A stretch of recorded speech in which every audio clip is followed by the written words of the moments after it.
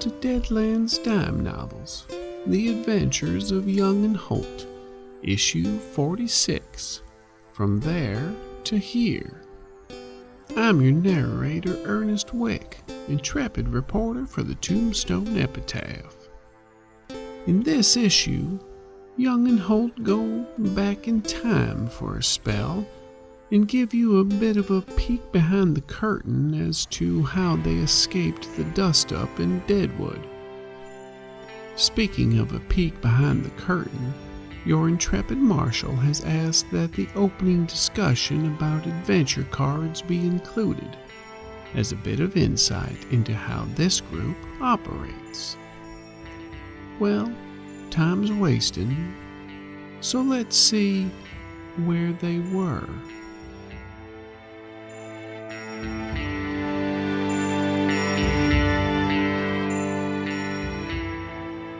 All right, and adventure deck. This one, everybody gets one, right? You are correct. Oh, this is not good. You got an interesting, you got a not good, and I got a, oh, okay. It's there. Oh, gosh. Okay, this has to be resolved right now because it says beginning of the game session. Oh, Oh, wow. okay. What is your adventure card? It means the death of me. Ooh. Okay, it is called Enemy. Play at the beginning of the game session. A villain of the GM's choice becomes your character's sworn enemy, and you may not soak wounds caused directly by him. Starting now, you draw an extra adventure card each game session until the enemy is retired. Ooh. Wow, this completely changes what you were planning, Chris.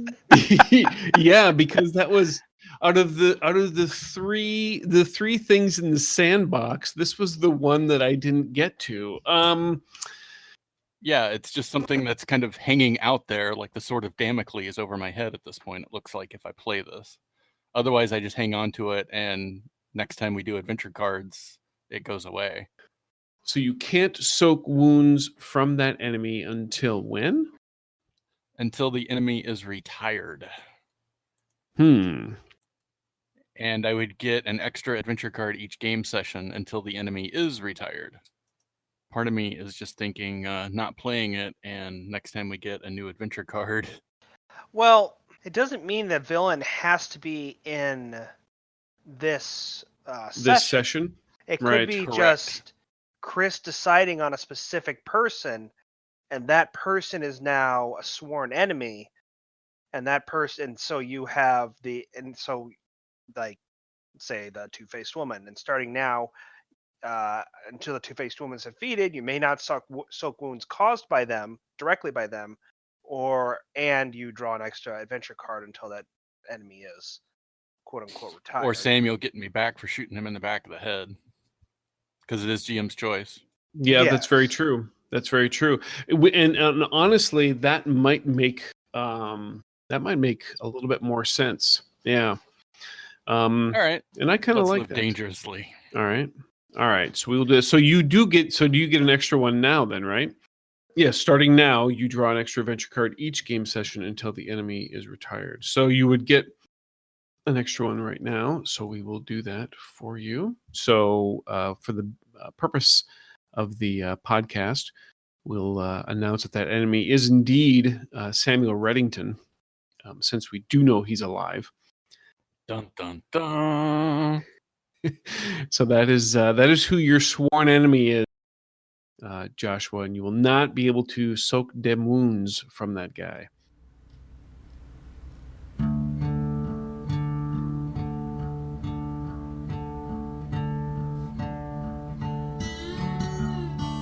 So we open up and we find ourselves on a street in a larger city. And this city happens to be the city of Minneapolis. The two of you are walking down one of the few cobblestone streets that exist here in Minneapolis.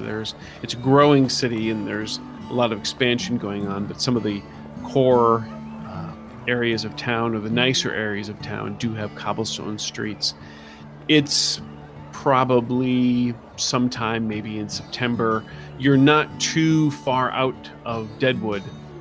In fact, you probably have arrived here by train from Fargo, not too long ago. We'll leave that relatively vague for the purposes of this. But you were given a note by Marshal Bullock before you left Deadwood.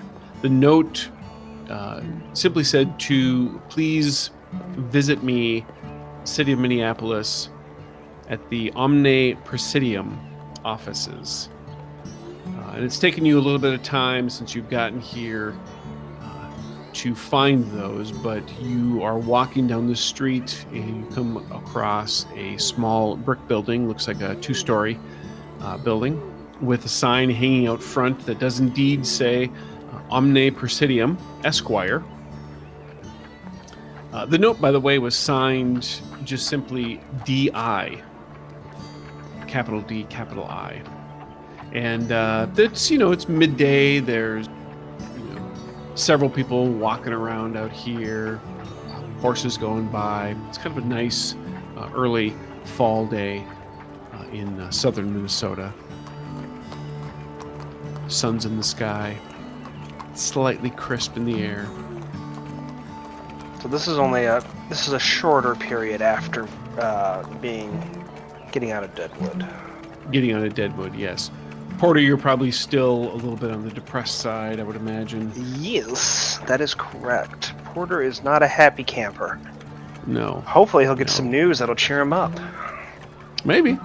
So as we're standing outside the Omne Presidium, Joshua will look over at Porter, try to judge his mood the best he can, and take his mind off things by looking up at the door and kind of bumping him in the shoulder. What do you think's on the other side of that door, Porter? How big is the building? So you said it's a smaller building? It's a 2-story. It is brick. It has a nice crafted door frame on the outside. So it looks fancier. Okay. The sign certainly is nice and fancy. That's here. But it appears to be, a relatively modest building as far as other things that you've seen around here. It's certainly, it's not a dump by any means, but it's Minnesota modest. Let's put it that way. It doesn't want to make too much of itself.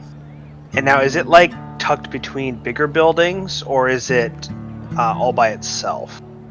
No, there are other buildings on either side with a small alleyway in between each, so there is a little bit of space in between there. One of the buildings, by the way, is a bank, so it is a little bit larger, which I think helps to complement or exaggerate the modesty or modestness of this building. I don't know what's on the other side, but I feel like they're trying not to draw attention to themselves a little too hard. Kind of a hidden in plain sight sort of thing? Yeah, but it's not very well hidden. Well, if nothing, that name's a little presumptuous. Yeah.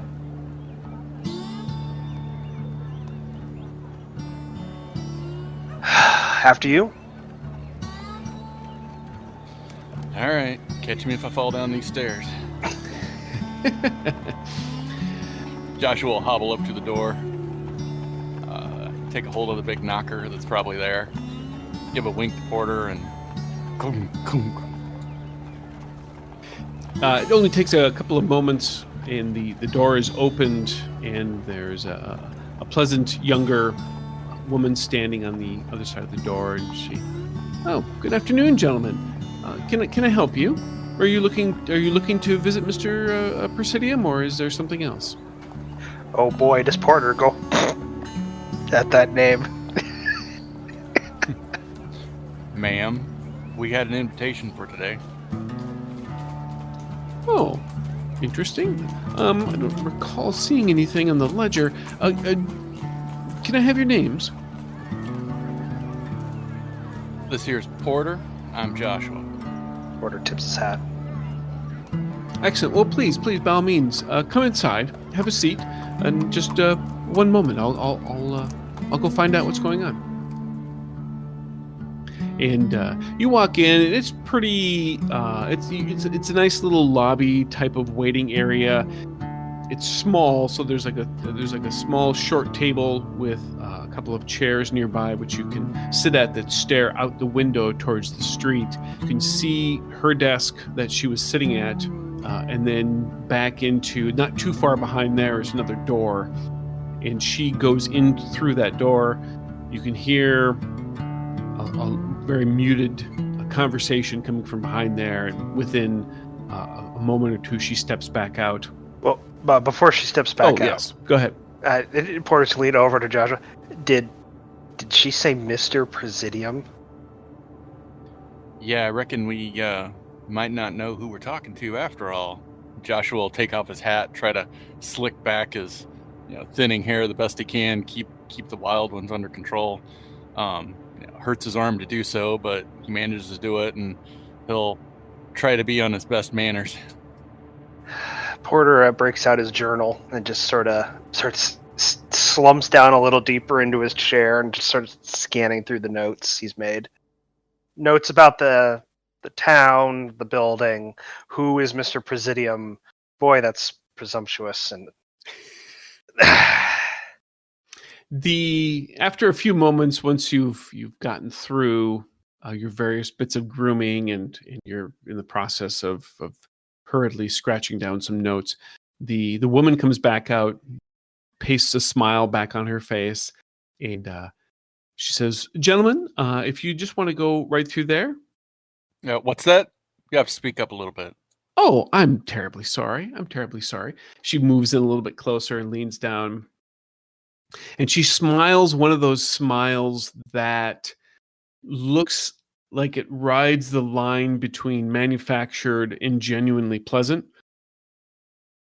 And she says, you just need, sir, to go, both of you, go ahead and go through the door, and your appointment is on the other side. Everything will be just fine. Thank you, ma'am. Would either of you like a coffee, anything? I'm good, thank you. A coffee would be nice. I will, I'll check and see where we're at on that. A coffee? I don't know how to act on one of these fancy places. All right. You head in to the office, or into the room, and there you hear a voice say, just go ahead and shut it behind you. That's fine, please. Do we recognize it?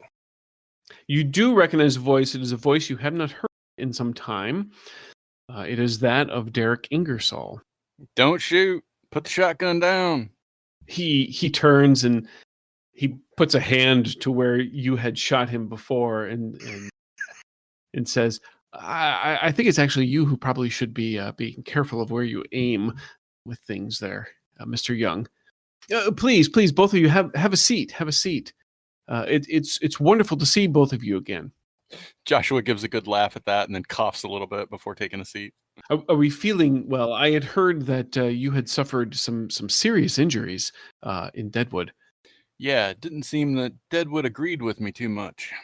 And you, Mr. Holt, you're fine as well. I'm living. That's good to hear. Are you going to take seats on the other side of the desk? So is his office like filled with books and stuff, or is it? Yeah, there are a number of books on the wall. It's very similar to the image presented here, but yeah, there's about half of the walls have bookshelves with books upon them, and then his desk. It is slightly cramped in here, and it looks like there's probably a third room behind him, but it's difficult to tell. There's some plants blocking where it looks like there is a door of some sort. And then there is, over in one corner, you do see there's a spiral staircase that goes up to the second floor. In that case, Porter's actually going to not sit down. He's going to actually just kind of walk over the books, kind of scan through them while he's listening, just to see what's there. As Ingersoll goes to take his seat, get himself comfortable, the woman comes back in, and she has a couple of pieces of fine china, and she puts a cup and saucer down in front of you, Joshua, and then she puts down one in front of Ingersoll as well. And she looks over at you one last time, Porter, on her way out. She goes, Are you sure that you don't want anything at all? I'm pretty positive, ma'am. All right, excellent. Have a good meeting. And she shuts the door. Joshua looks down at the fine china and then over at the cup. He's not sure exactly what etiquette, so he's going to wait for Ingersoll to take a sip and then mimic what he does. Excellent. Ingersoll does. He takes his grip on it is more, rather than loop his finger through the hook, he kind of grabs it around the rim of the cup, and then kind of turns it up that way to take his sip from there. Instilling strange habits in Joshua right away. Every fancy function, this is how he's going to drink now. Yep. Don't reckon I had a cup of coffee out of anything as fancy as this. Kind of used to the tin cup around the campfire. Yes. It's a bit. I don't dare to say it's a bit more cultured, but it's more appropriate for the setting. Might be a better way to describe it. Cups like this probably wouldn't survive very well out on the open trail. That's for sure. It certainly is much more accustomed, or more. I'm more accustomed to this than the things that the two of you are. Let me just start by saying, and he nervously runs his hands across the surface of the desk that he's sitting at.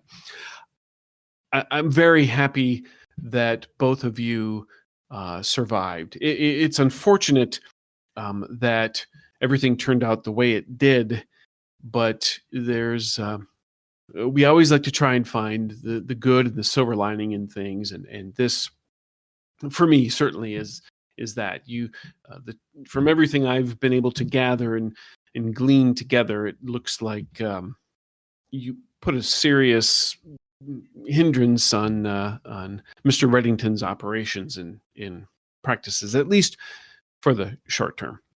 While he's going over that, Joshua rubs his arm that he got shot in by Ike and kind of nurses that wound a little bit before looking over at Porter and realizing that Porter's wounds probably run a little deeper than Joshua's at this point.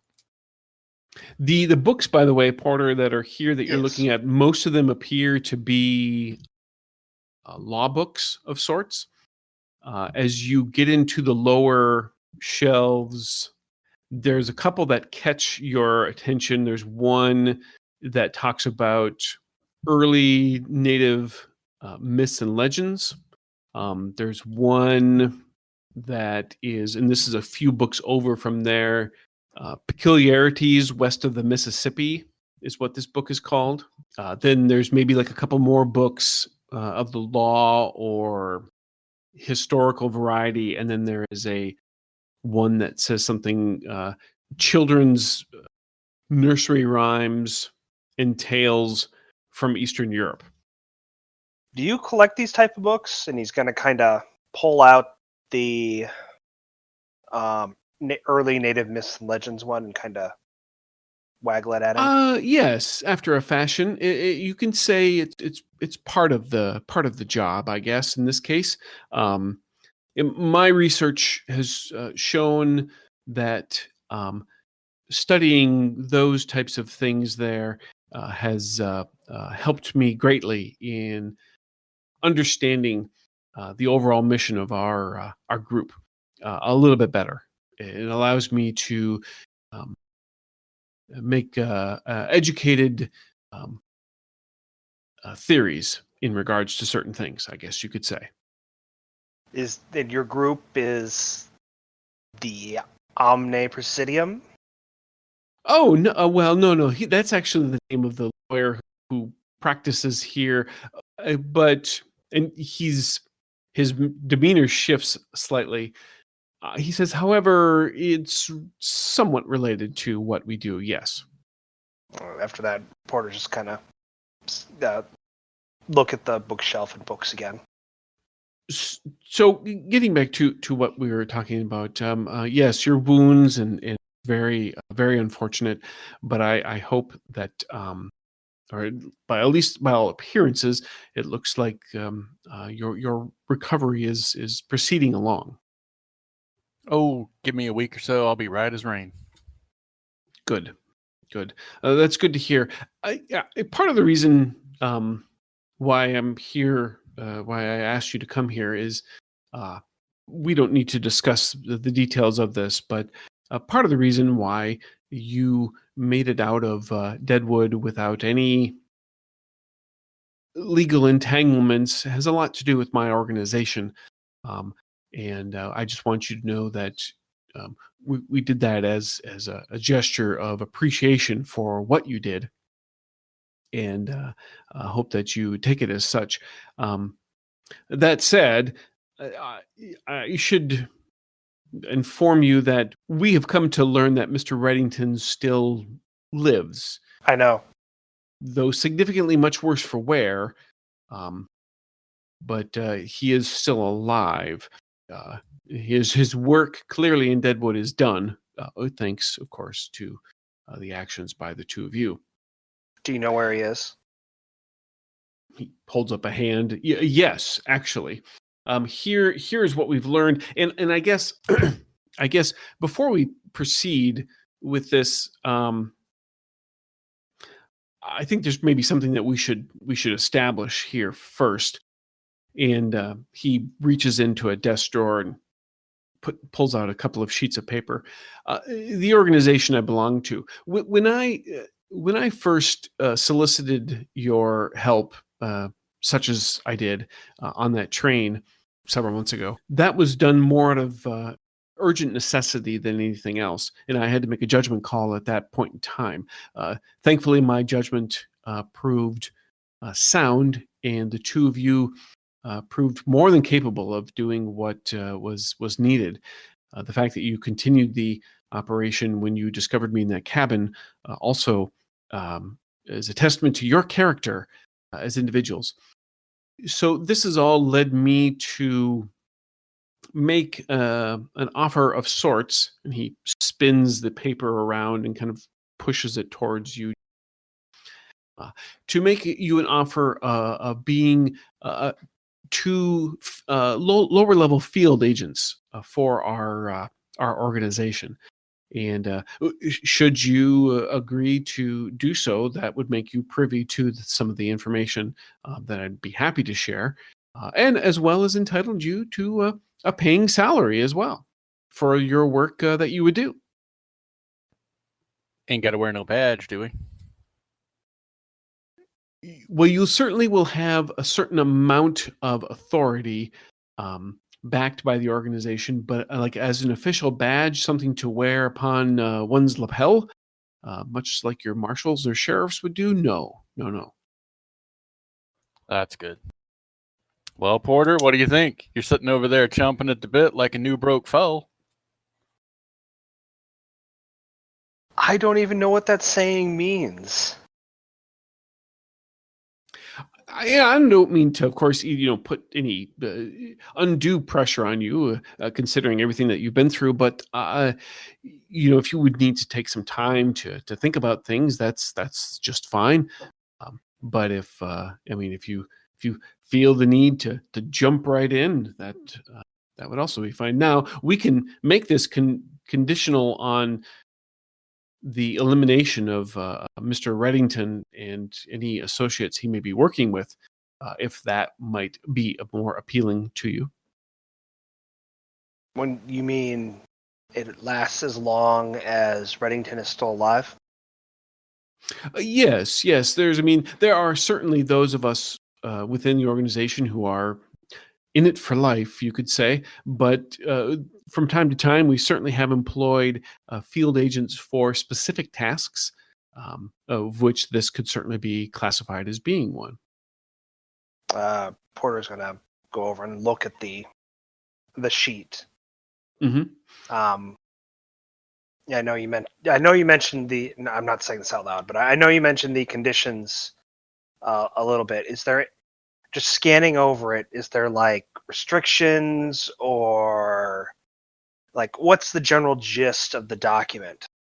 The general gist of the document seems to indicate to you that you would be employed in an organization known, just identified simply as the agency, and invested with all of the authority of that a field agent has.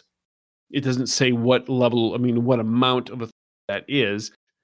It also then essentially talks a little bit about responding to requests and needs from superior officers, in this case, Derek Ingersoll, or one appointed by Ingersoll or a superior. And then it also does mention the rate of pay, which I believe is like $40 a month or something. I have to look, but it's something like that. Just through the death of Reddington, if that's what we want. We could certainly make it that way. Yes. Joshua hasn't even looked at the contract. He's still sipping on the coffee and just kind of watching Porter's reaction to the whole thing. Porter's biggest regret is that he didn't get to finish off, as he plays the regret card, is that he didn't get to finish off Samuel in the middle of Deadwood. And so, now this is giving him power and information and resources in order to pursue him. So he's practically already signed the contract. As long as it's through the death of Samuel Reddington. We certainly can. Yes, absolutely. Well, he hasn't. He's practically signed. He hasn't physically signed it. He looks to Joshua instead and doesn't say anything. Joshua takes a long, slow sip of coffee.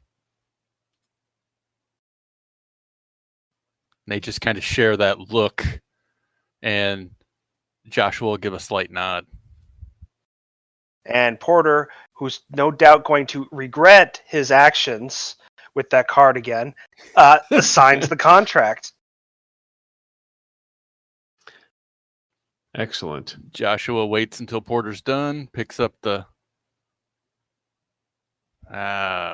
pen, and makes his mark. I do. I would like to see it amended about the death of Samuel before we leave. If who knows, Porter? Maybe they should put a clause in there about, possible renegotiation after the fact. You might like it. That's after. We'll see. After. Ingersoll nods and he says, "Of course. This is, as I said, we can make this conditional." And he begins hurriedly scribbling on both. And he puts in the little codicil or the clause. Employment is through the verified death of Samuel Reddington and any close associates. And while he's writing, Porter's going to go back over to the bookshelf. Mm-hmm. And can I borrow some of these books? Which ones were you interested in? The early native myths and legends and peculiarities west of the Mississippi.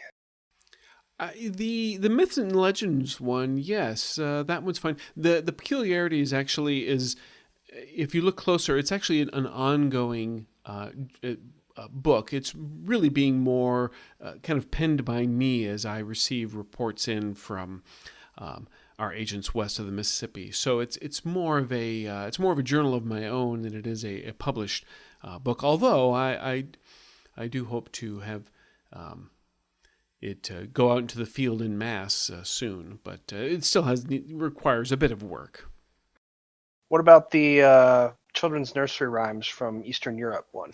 Yeah, if that's something that does interest you, Mr. Holt, then yes, you're welcome to borrow that book. Of course. The moment he says, "If that's something that interests you," Porter's already pulling it off the shelf. It did say in the contract you would be considered to be a what is referred to as a grade 0 field agent. He says don't look at the 0 as a negative. It's just the ranking system that we do. I'm going to give you your first month's pay here before you leave on your way. And I'm guessing we can't play you for a raise this time. No, not as such right now. No. And so what he does give you money wise, he gives you basically $40 each for the month's pay, and essentially writes you. He doesn't give this to you in cash, but he gives it. It's kind of like an IOU sort of thing, where when you get to your destination, you'll be able to use this to help acquire any additional supplies and things that should you need. So it's like an expense check that doesn't get filled out until you get to where you need to be. Keep your receipts, Porter. All right. Well, good. Now that that's out of the way, please have a seat, Mr. Holt, because now is when we get to reveal some additional information. Now that you have accepted our generous offer, and Porter will finally sit. So, as I said, Mr. Reddington's work in Deadwood certainly has stopped. But because he still lives, we feel that it is going to pick back up, and evidence seems to point to the fact that it may be picking up sooner rather than later. We did have some other field agents, more observer agents, not more active agents like yourselves. They did report Mr. Reddington as leaving Deadwood no less than a week after the incident of what occurred in the camp. Now, what makes this unusual and concerning is that he left on horseback. He had several gun hands with him, and he was headed due south, which means, of course, he was actually running the risk of traveling through Sioux territory. We had, of course, hoped that might prove to be his end, but that did not seem to be the case.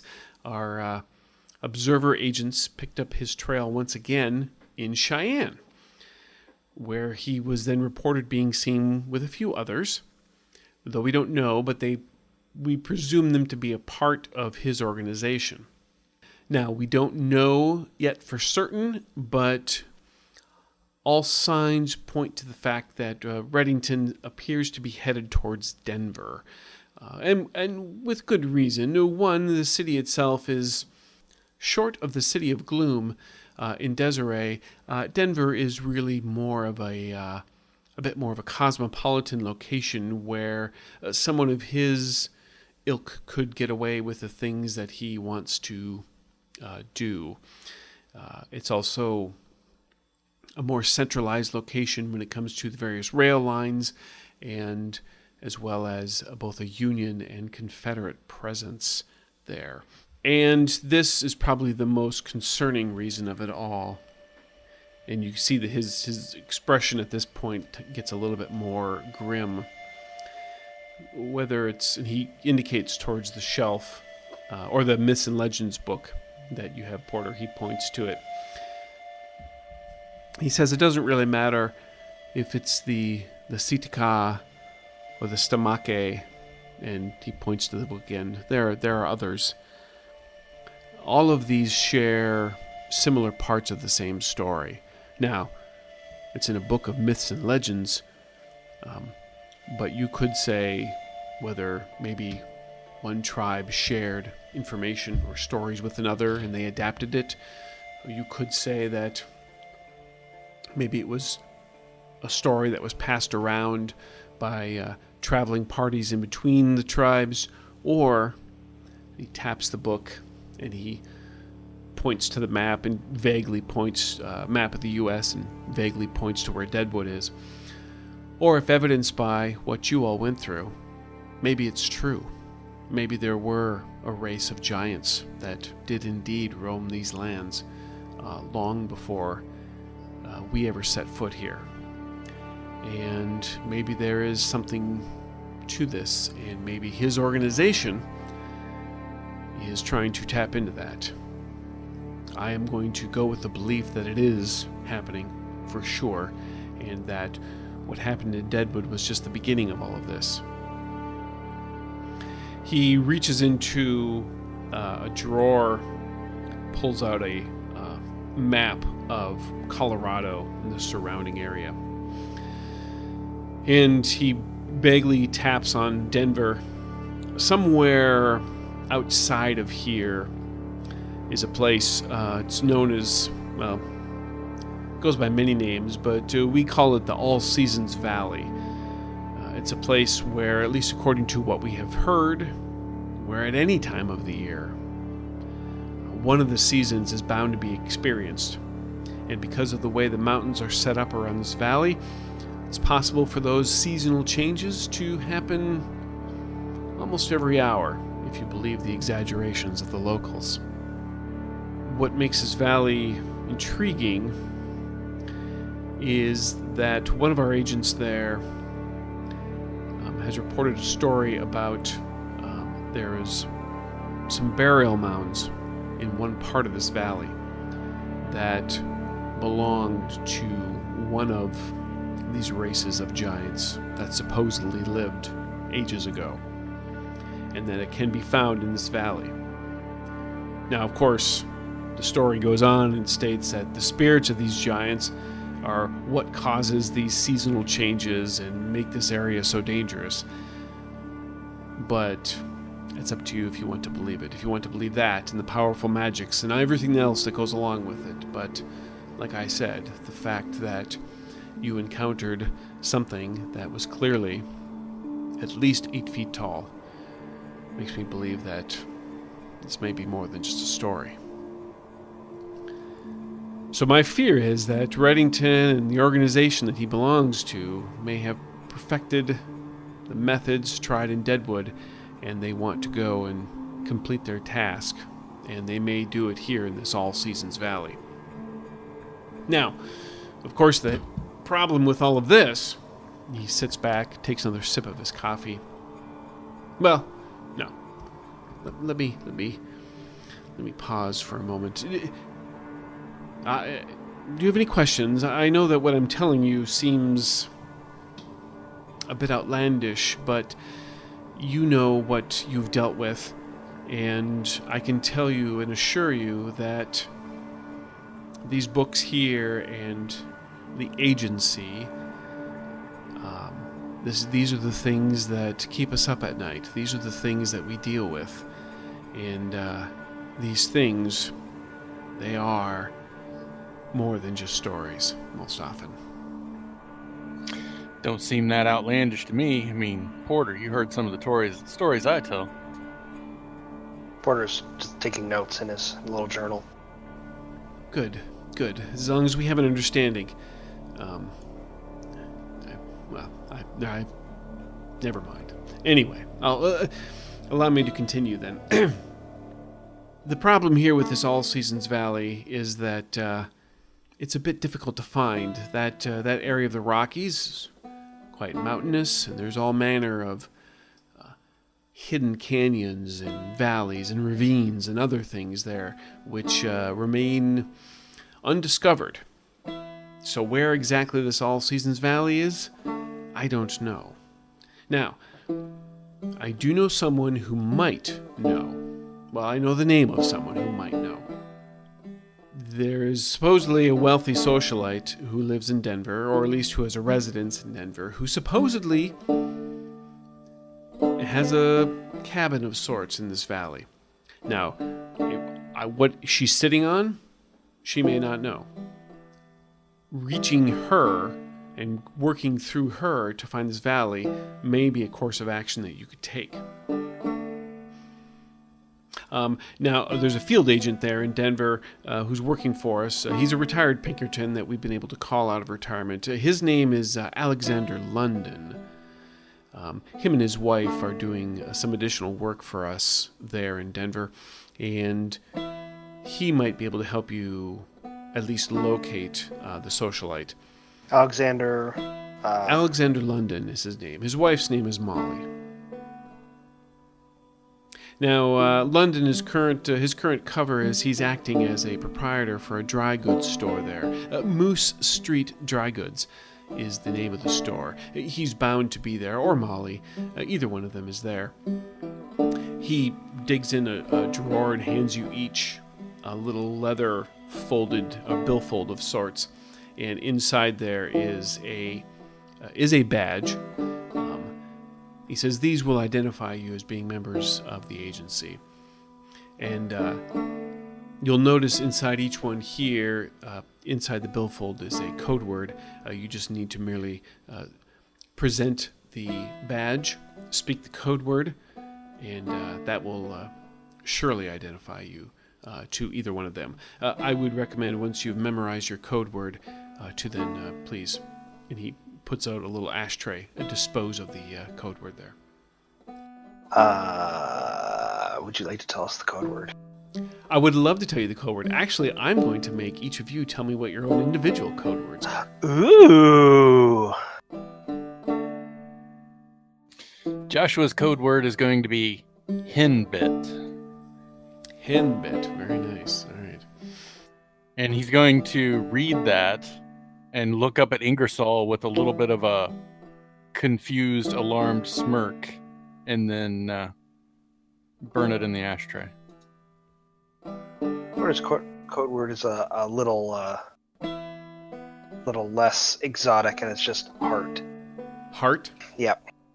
So yes, Mr. Alexander London, his wife Molly, Moose Street Dry Goods is where you will find them. He should be able to get you up to date with everything that's there. Obviously, even with marvels of telegraph communication, we don't always get the most up-to-date information. Now, I can tell you, the name of the socialite that I had mentioned earlier, the woman who has the cabin out in this All Seasons Valley, or at least supposedly has this cabin, her name is Jasmine Witili. That'll make Porter flinch a little bit. Jasmine, you said? Ingersoll does not appear to make any reaction to your flinching. Yes, Jasmine Witili, yes. How do you spell that last name, by the way? Of course, it is Whatley. So anyway, yes, if you contact Mr. London, he will get you up to date. He would be able to inform you more about Miss Whatley, and whether or not there's any validity to that claim. Unless you have anything more here, I think we can wrap up what we need to do here. Miss Letterton out there, she'll take care of. We know that you just recently got off the train, and so Miss Letterton out there, she will take the liberty of making sure that any sort of additional supplies and provisions of the more mundane nature can be taken care of and brought to your hotel room for the duration of your stay here, which I know won't be very long, but we will take care of that for you. And but if there's anything special that you need now or within the next day or two, by all means, please let me know. In that case, I'm going to get a new suit. This one's seen a rough show of it. Hey, Porter, why don't you go talk to her about provisions, and that'll give me a chance to finish my coffee here. Porter glances at the coffee. How much of it is drunk? About half. Okay. All right, don't spike it or anything. No, of course not. After Porter closes the door behind him, Joshua's going to lean into Ingersoll and, Mr. Ingersoll, I appreciate what you did for me and Porter in Deadwood, and I'm sorry I couldn't put him down permanently, but we'll rectify that situation shortly. There is another matter I was kind of hoping you might be able to help me with. Something's come to my attention. Bit of a peculiar myth, as you were speaking of myths. Something I've come across. there's lots of tales. Well, this is still a little bit hard and painful for me to talk about, but bear with me.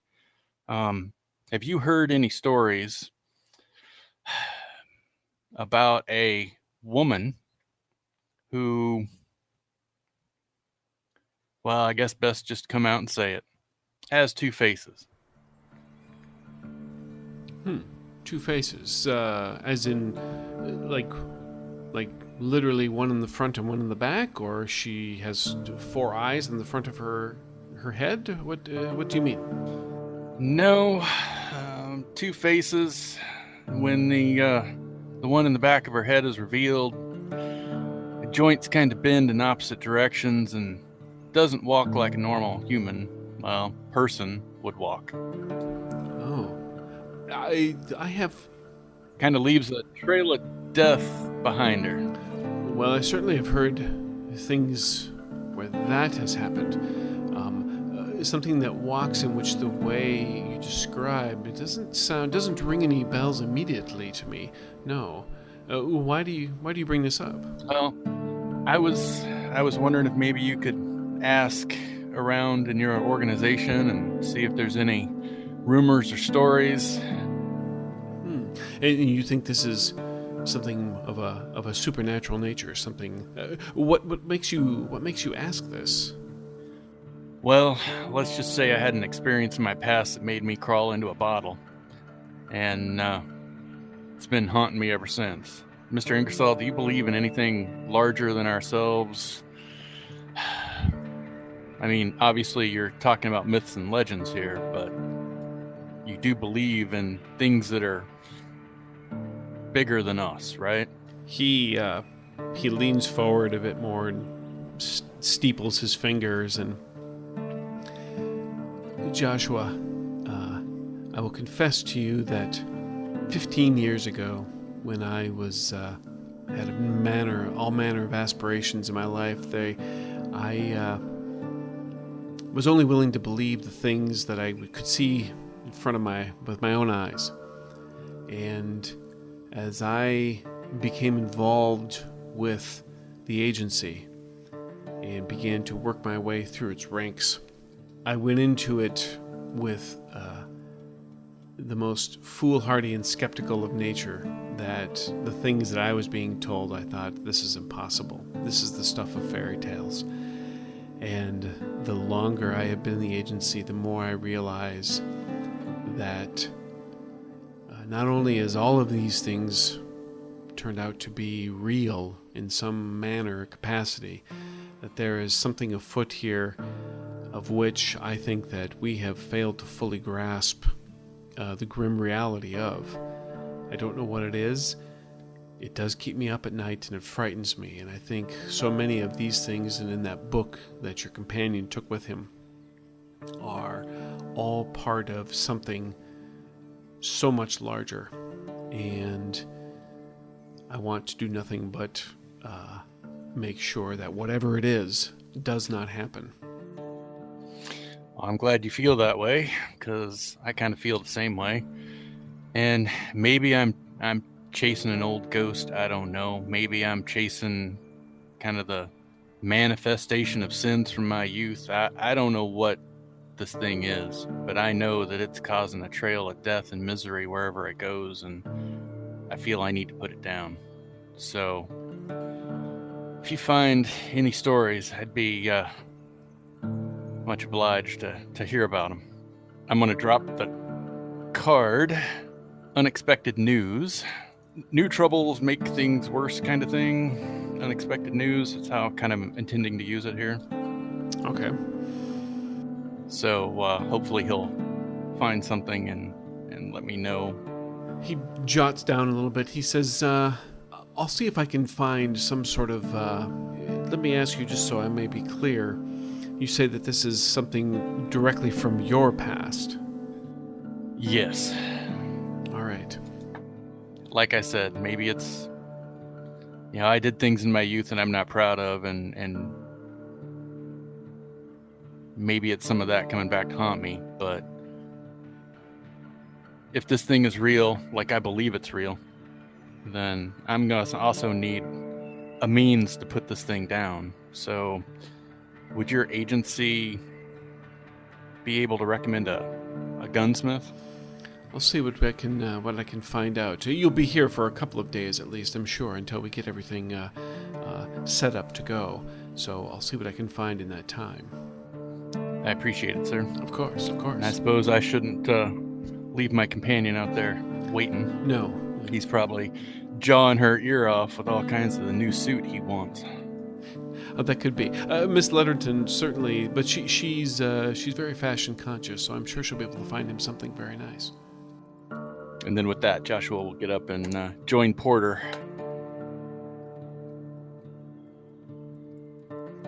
Well, now we know a bit more. There's still a few unanswered questions, but we'll get to those another time. Right now, it's time to get back on the train Young and Holt were on, and we'll pick that action back up in our next issue, Date in Denver. Part of Porter Holt is played by Brad Smith, Joshua Young is played by Brent Rich, and your Intrepid Marshal is played by Chris Hussey. This game references the Savage Worlds game system available from Pinnacle Entertainment Group at peginc.com. It is unofficial media content permitted under the Media Network Content Agreement. This content is not managed, approved, or endorsed by Pinnacle Entertainment Group. Certain portions of the materials used are the intellectual property of Pinnacle, and all rights are reserved. Savage Worlds, all related settings, and unique characters, locations, logos, and trademarks are copyrights of Pinnacle Entertainment Group. Thanks also to Fear the Boot. Support their Patreon at patreon.com/feartheboot. When the golden light is fading. Intro music by Beelzebub Jones. Exit music by Eugene Regret. Contact information for the cast as well as music links can be found in the notes on our website, youngandholt.com. If you enjoy these issues, please consider dispensing a lovely 5-star review on wherever you do listen from. Please search for Fear the Boot Actual Play. It's kindly appreciated.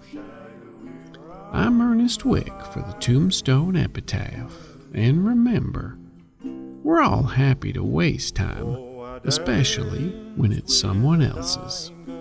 I bet on the Baltimore's, blew my dust at the racetrack, had a dance with Shillings Bay rum. There's one last thing that Ingersoll does share with you in regards to Reddington before you leave, and so he catches up with you as you're both heading out the door.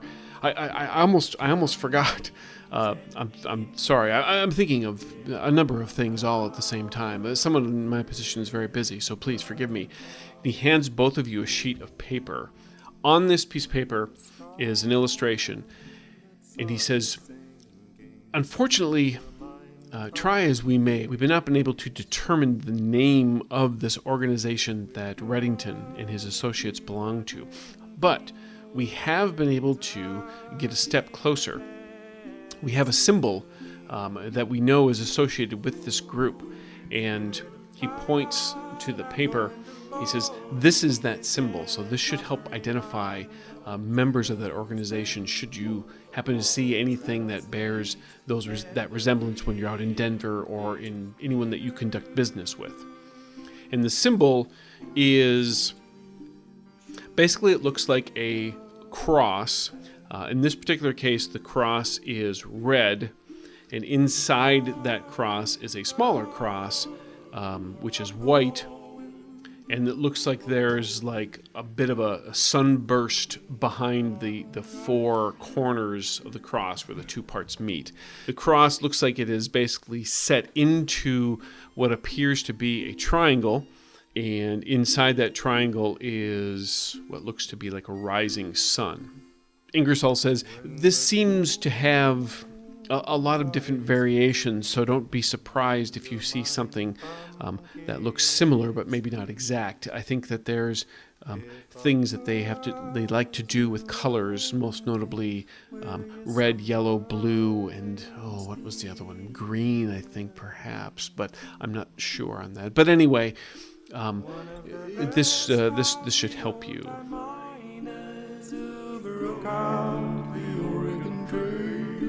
The reluctant 49er, shadowy from